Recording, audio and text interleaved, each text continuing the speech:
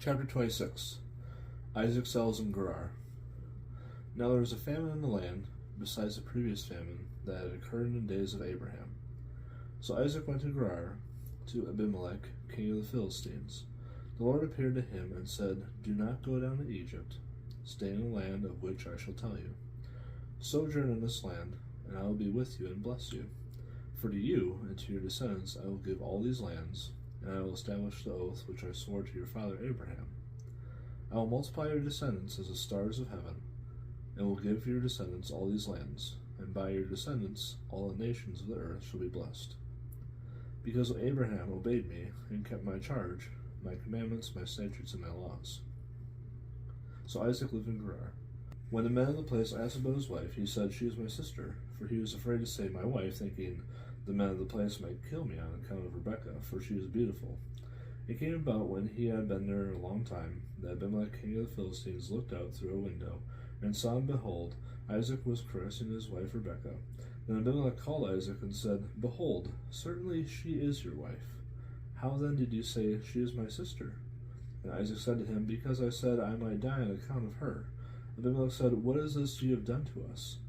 One of the people might easily have lain with your wife, and you would have brought guilt upon us." So Abimelech charged all the people, saying, "He who touches this man or his wife shall surely be put to death."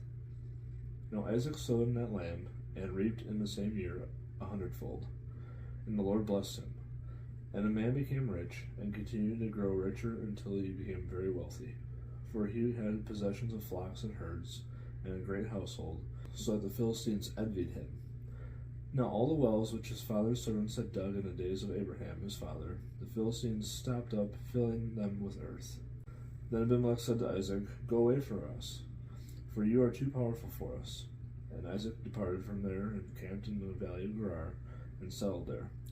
Quarrel over the wells. Then Isaac dug again the wells of water which had already been dug in the days of his father Abraham, for the Philistines had stopped them upon after the death of Abraham, and he gave them the same names which his father had given them.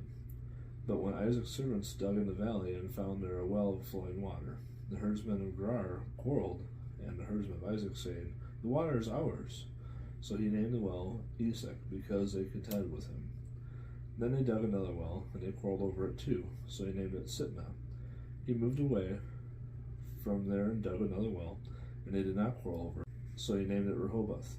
For he said, "At last the Lord has made room for us, and we will be fruitful in the land." Then he went up from there to Beersheba. The Lord appeared to him the same night and said, "I am the God of your father Abraham. Do not fear, for I am with you. I will bless you and multiply your descendants for the sake of my servant Abraham." So he built an altar there and called upon the name of the Lord, and pitched his tent there, and there Isaac's servants dug a well. Covenant with Abimelech. Then Abimelech came to him from Gerar with his advisor Ahuzeth and Phicol, the commander of his army. Isaac said to them, "Why have you come to me, since you hate me and have sent me away from you?" They said, "We see plainly that the Lord has been with you." So he said, "Let there now be an oath between us, even between you and us, and let us make a covenant with you, that you will do us no harm, just as we have not touched you, and have done to you nothing but good, and have sent you away in peace. You are now the blessed of the Lord." Then he made them a feast, and they ate and drank.